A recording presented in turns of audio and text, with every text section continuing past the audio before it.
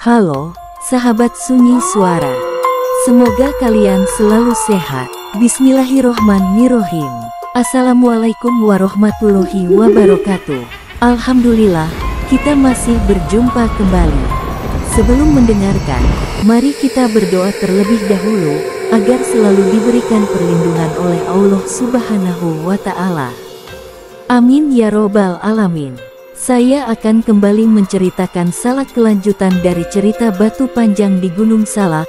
Simak baik-baik yuk, pasang headset, siapkan kopi atau teh dan juga cemilan. Bagian 5. Babak yang lebih sunyi, lebih gelap, dan lebih dalam, saat mereka harus memilih, meninggalkan satu orang, atau kehilangan semua. Ini adalah bagian saat gunung bicara, bukan lewat suara, tapi melalui keheningan. Dia yang duduk di Batu Panjang, yang terpilih tetap tinggal. Tika duduk membelakangi mereka, tak bergerak, tak bicara. Tubuhnya tampak seperti patung. Hanya rambutnya yang tertiup angin, tipis, perlahan, seperti disandingkan oleh alam. Bah Kasno berdiri di belakang Aldi, Reza, dan Bima, dan berbisik dengan suara serak. Itu bukan Tika, tapi tubuhnya. Iya. Aldi melangkah maju, tapi langkahnya terhenti saat tanah di bawah kakinya bergetar ringan. Seolah gunung sedang menahan napas. Di sekeliling mereka, pangreksa jalur, penjaga yang tak bernama, muncul dari balik kabut. 5 sosok, 2 laki-laki tua, 1 perempuan berwajah rusak, 1 anak kecil tanpa mata, dan 1 hitam seluruh tubuhnya, hanya berdiri dan menunduk. Tika belum meninggal, kata Mbah Kasno. Tapi jiwanya belum kembali. Gunung sedang menilaimu. Ujian jalur terakhir. Aldi maju dan memanggil nama Tika, perlahan. Tika, dengar aku. Kita udah turun. Kita udah pamit. Kamu harus pulang. Tika masih diam. Tapi tiba-tiba, ia berdiri perlahan.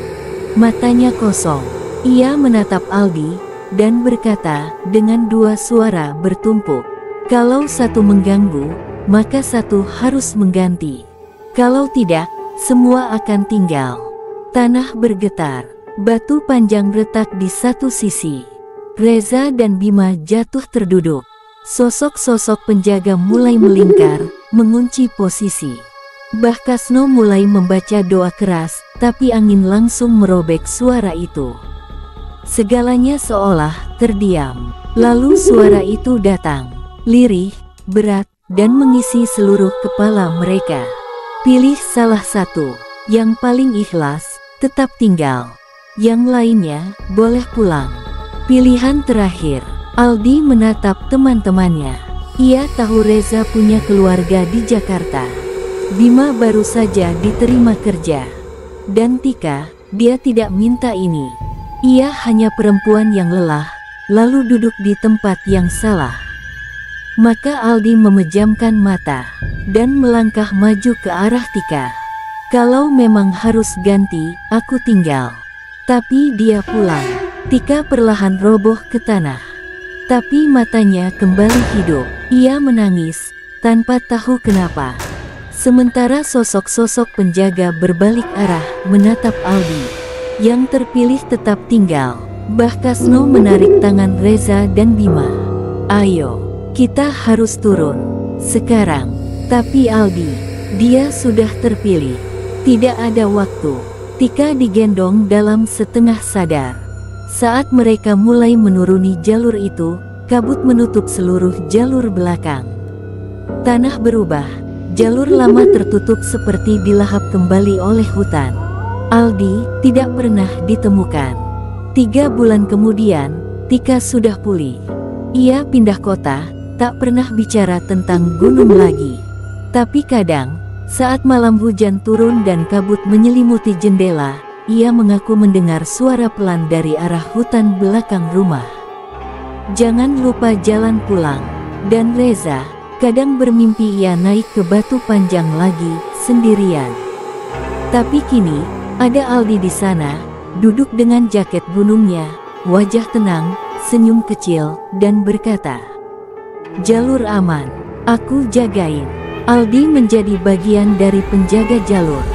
Bukan karena kutukan, tapi karena pilihan. Karena gunung, kadang, hanya bisa ditenangkan oleh mereka yang benar-benar mencintainya. Asal-usul penjaga jalur, bagian 1. Lelaki yang tak pernah turun. Di setiap gunung, ada jalur yang tidak dilalui manusia, bukan karena tersembunyi, tapi karena memang tak diizinkan. Catatan Resik Gunung, tahun 1741. Tahun 1710 Gunung Salak, wilayah Mataram Barat. Namanya Raksa. Ia bukan pendaki. Ia bukan pertapa. Ia adalah penuntun, orang yang dipercaya mengantar utusan kerajaan saat ritual atau pengasingan dilakukan ke gunung. Raksa tinggal di sebuah dusun kecil di kaki Gunung Salak. Tiap malam bulan mati, ia akan menyalakan dupa dan berdiri di pinggir hutan, berbicara dalam bahasa yang tidak lagi digunakan. "Dalu niki, kawula nyuwun tulung. Ampun ganggu tiang. Malam ini, hamba mohon izin. Jangan ganggu manusia." Tugas pertamanya, menuntun yang terpilih. Suatu malam, Raksa diberi tugas mengantar seorang perempuan muda bernama Raras ke titik ritual di punggung gunung. Ia tidak tahu kenapa, hanya diberi pesan. Jangan lihat ke belakang. Jangan bicara duluan. Jangan beri nama. Mereka berjalan dalam diam, malam menutupi arah. Sampai mereka tiba di sebuah batu besar memanjang. Batu panjang. Di sanalah Raksa diminta menunggu. Sementara Raras duduk sendiri, mata terpejam. Tapi malam itu tidak biasa. Langit gelap, tapi bintang tak muncul. Angin tidak bergerak, dan dari kejauhan, Raksa melihat bayangan tinggi besar berjalan di antara pepohonan.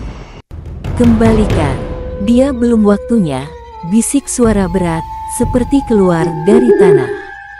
Raksa panik. Ia berlari mendekati Raras, tapi perempuan itu sudah membuka mata dan kosong. Perjanjian yang retak.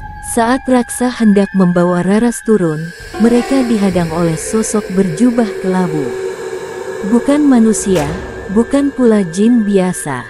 Sosok itu mengaku sebagai penjaga batas antara alam kasar dan halus. "Kalian telah langgar perjanjian leluhur. Tempat ini bukan untuk korban. Ini jalur jiwa." Raksa, dalam ketakutannya, berlutut dan bersumpah, "Jika salah, aku yang tanggung. Ambil aku, bukan dia." Dan malam itu, Raksa tidak pernah turun. Penjaga pertama. Penduduk dusun hanya menemukan Raras kembali di kaki gunung. Dia pingsan, tapi hidup. Sementara Raksa hilang tanpa jejak. Tapi sejak saat itu, jalur tempat Raksa terakhir terlihat selalu berkabut. Penduduk yang lewat sering merasa dilihat. Bahkan beberapa pendaki lama mengaku mendengar suara lelaki yang berkata, "Lewatlah dengan niat, jangan uji yang diam." Raksa telah diterima oleh para makhluk penjaga. Ia tidak mati. Ia dijadikan penjaga jalur pertama. Manusia yang terpilih karena ikhlas mengganti nyawa, bukan karena dihukum. Dan jalur tempat ia menghilang. Itulah yang kini dikenal sebagai jalur Cadas 7. Bagian 2, tentang penjaga jalur kedua. Di zaman masa kolonial, ketika bukan hanya manusia yang menantang gunung, tapi juga perang. Dan di tengah dentuman senjata dan kabut belantara, satu prajurit tak pernah kembali, tapi suaranya masih terdengar dari balik kabut. Prajurit yang tersesat. Gunung tak memilih siapa yang tinggal, tapi hanya yang tak pulang, yang bisa jadi penjaga. Fragmen Kitab Pangreksa, tahun 1837 Gunung Salak, era Perang Jawa. Namanya Serdadu Surya Pranata, seorang prajurit muda dari Kesatuan Pengintai Keraton yang dikirim ke wilayah barat untuk menyusup ke jalur logistik Belanda. Ia dikenal cepat, tenang, dan tak banyak bicara. Tapi ada satu hal yang selalu ia bawa saat bertugas, seruling dari bambu kuning, peninggalan ayahnya yang dulu juga bertugas di daerah gunung.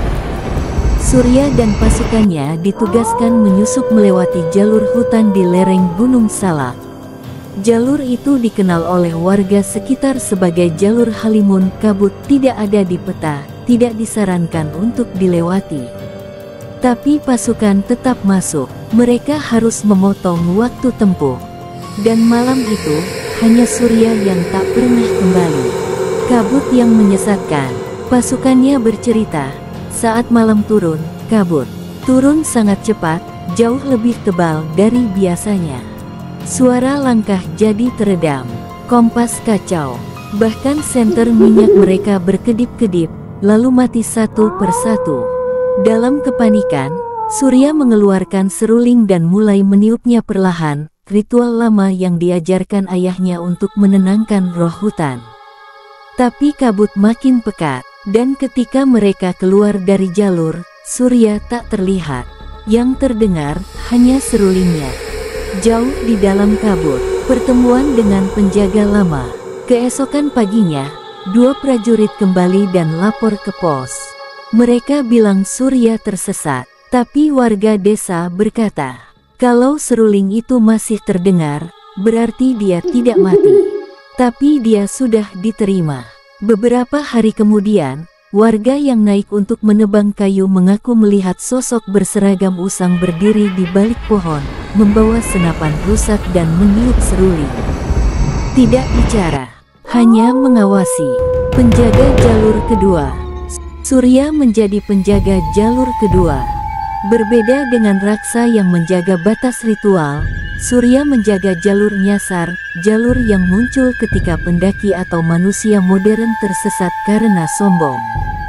Jalur yang muncul karena ego, bukan takdir. Orang-orang yang mengabaikan rambu, memilih jalur pintas, atau membuka jalan sendiri, seringkali dilaporkan berputar-putar di tempat yang sama, meski sudah berjalan berjam-jam. Dan jika mereka benar-benar terdiam dan tenang, kadang mereka mendengar suara seruling, halus, pelan. Seakan memanggil, jangan lewat sini, putar arah. Aku sudah di sini duluan. Jejak yang hilang tapi tak lenyap. Kadang, seruling bambu ditemukan di dekat pendaki yang tersesat dan berhasil turun kembali. Tapi saat dibawa pulang, bambu itu selalu hilang semalaman. Gunung selalu mengembalikan milik penjaganya. Bagian 3, perempuan di batu ketiga. Yang paling ditakuti oleh para makhluk bukan yang paling kuat, tapi yang paling rela. Catatan Mbah Mangun, Juru Kunci Jalur Selatan, 1914. Tahun 1910, Jalur Selatan. Namanya Sri Rukmini, seorang dukun muda perempuan yang dikenal cantik, tenang, dan sangat dihormati di desa Ceto. Bukan hanya karena ilmunya, tapi karena satu hal, ia tidak pernah kalah dalam mewiridkan arwah penasaran. Konon, Sri bisa bicara dengan makhluk halus tanpa perantara. Bahkan beberapa orang percaya, ia bukan sepenuhnya manusia. Tapi Sri menyimpan satu luka. Tunangan yang hilang di gunung. Namanya Bagus. Naik tanpa pamit, turun hanya sebagai cerita. Selama 77 hari, Sri naik turun gunung Lawu seorang diri. Tak pakai jalur pendaki, tak bawa bekal. Hanya kain putih, dupa, dan batu kecil dari rumahnya. Saat hari ke-77, ia naik sampai ke batu ketiga, sebuah batu besar di jalur sepi yang bahkan pendaki zaman sekarang jarang temui. Ia duduk di sana, menaburkan abu dupa terakhir, dan berdoa pelan. Jika aku tak bisa membawa dia turun, biarlah aku yang jaga jalur ini, supaya tak ada lagi yang hilang seperti dia. Seperti ada tawaran dari mereka yang tak terlihat. Malam itu, kabut turun seperti air. Dan dari tengah pepohonan, muncul sosok-sosok bayangan panjang, para pangreksa tertua. Mereka tidak bicara, Tapi mereka mengelilingi Sri, lalu berjalan mundur ke dalam kabut, mengundangnya, menilainya. Sri berdiri, lalu berkata, "Aku tidak takut, tapi aku bukan milik kalian.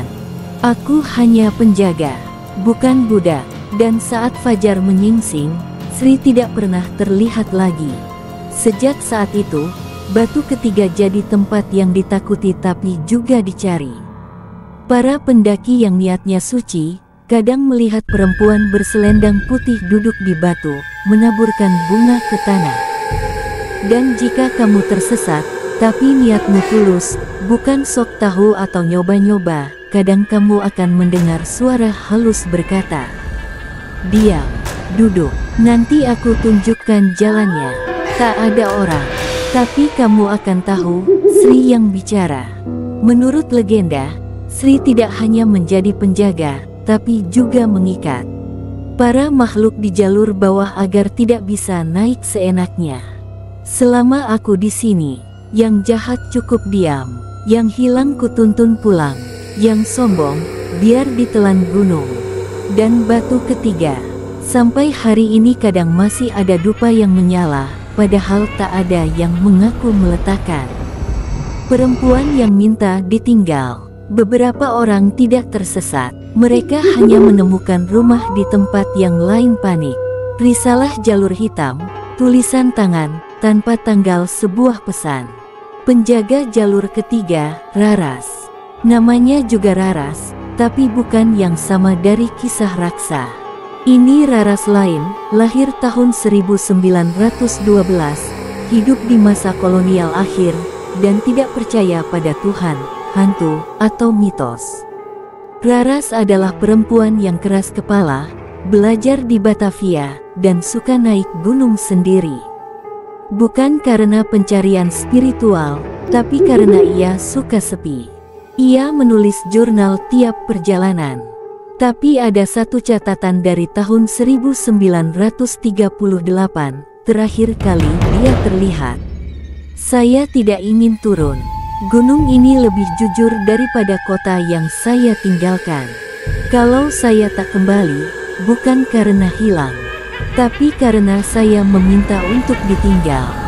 Dan benar, tim pencari tidak menemukan apa-apa, kecuali tenda kosong.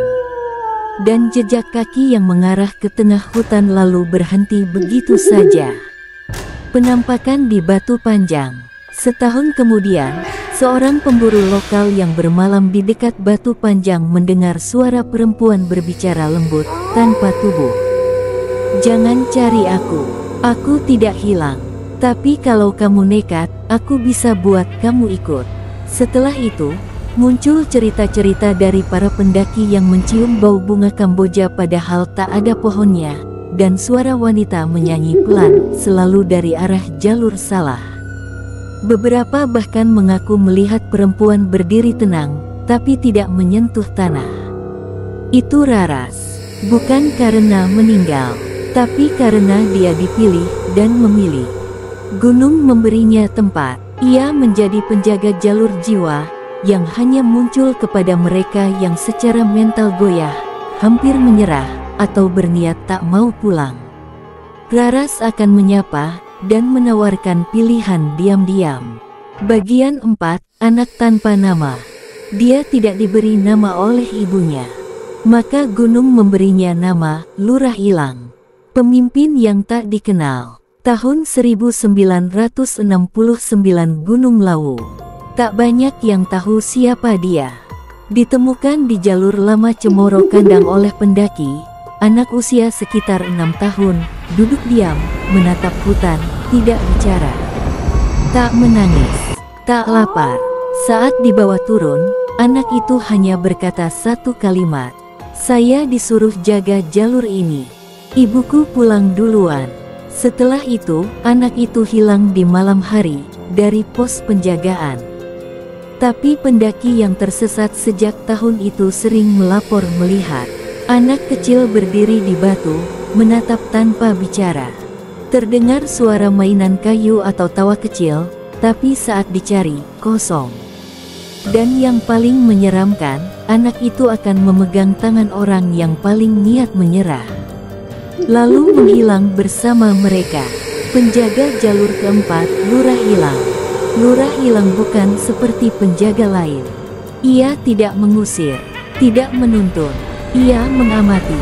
Dan jika ia menyentuhmu, itu berarti satu hal. Gunung telah memilihmu, bukan untuk pulang, tapi untuk menemani.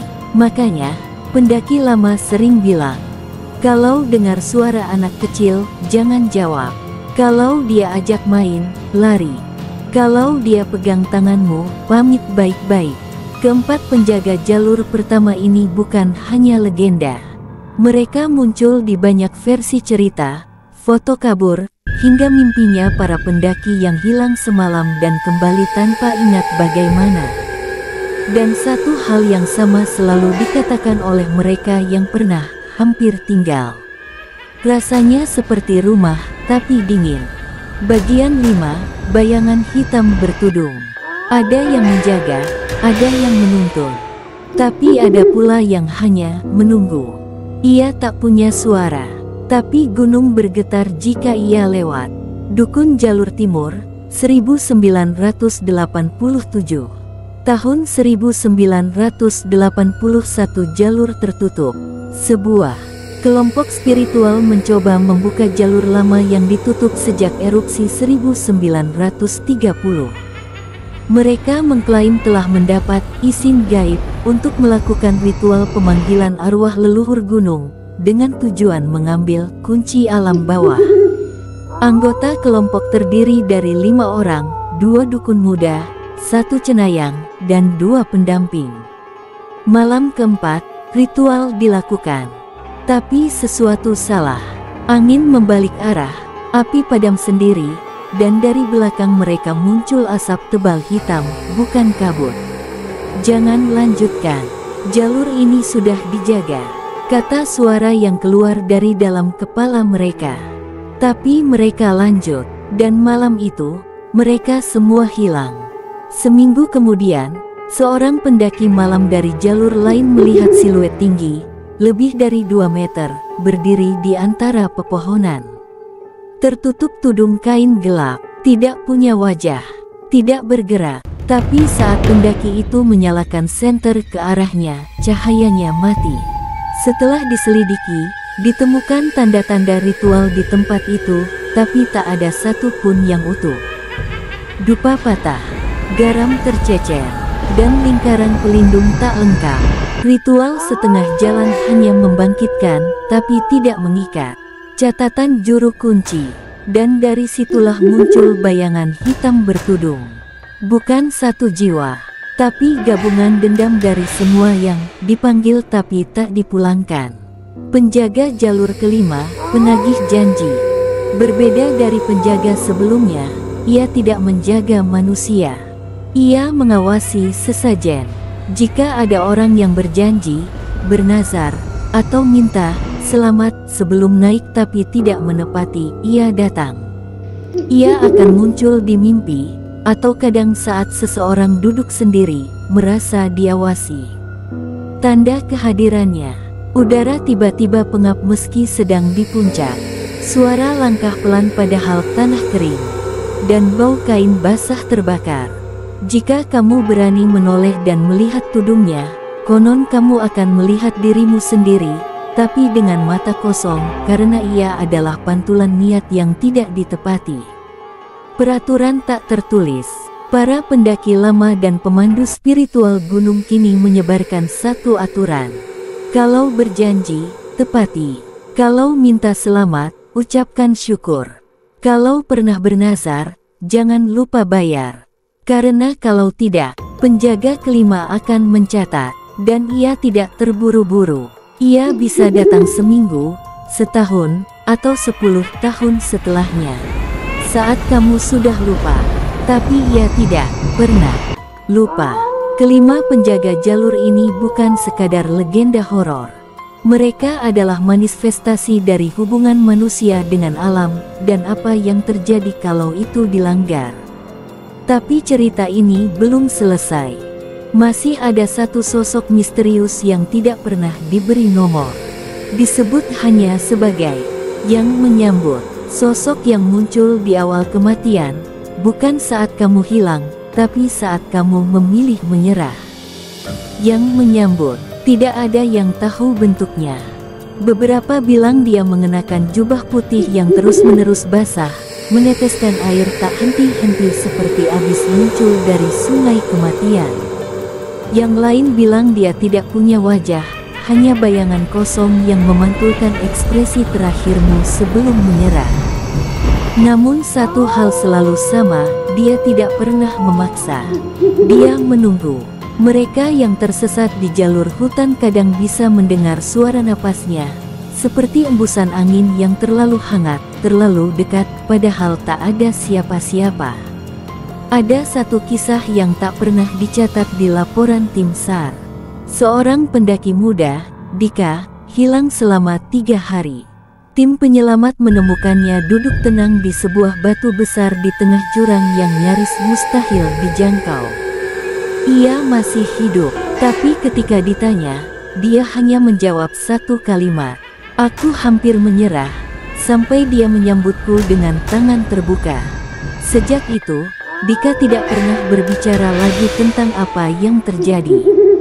Tak pernah mendaki lagi, bahkan tak pernah keluar rumah saat malam mulai turun. Mereka bilang, yang menyambut bukan makhluk, bukan roh, bukan iblis. Ia adalah keinginan untuk berhenti. Dan setiap kali kamu berkata dalam hati, "Aku nggak kuat lagi," dia mendekat sedikit lagi. Asal-usul yang menyambut. Dulu, ia manusia, bukan pendaki, bukan dukun. Ia hanyalah seorang lelaki muda dari dusun kecil di lereng gunung, bernama Saka. Saka tidak besar atau kuat. Ia bukan pemburu atau penjaga hutan. Tapi ia satu-satunya di desa yang punya kebiasaan berbicara dengan gunung. Setiap sore, ia akan duduk di pinggir tebing dan membisikkan cerita pada kabut. Tentang keluhannya, tentang kehilangan ibunya, tentang ayahnya yang tak pernah pulang dari medan perang, tentang hidup yang terasa makin sunyi, makin dingin, makin berat.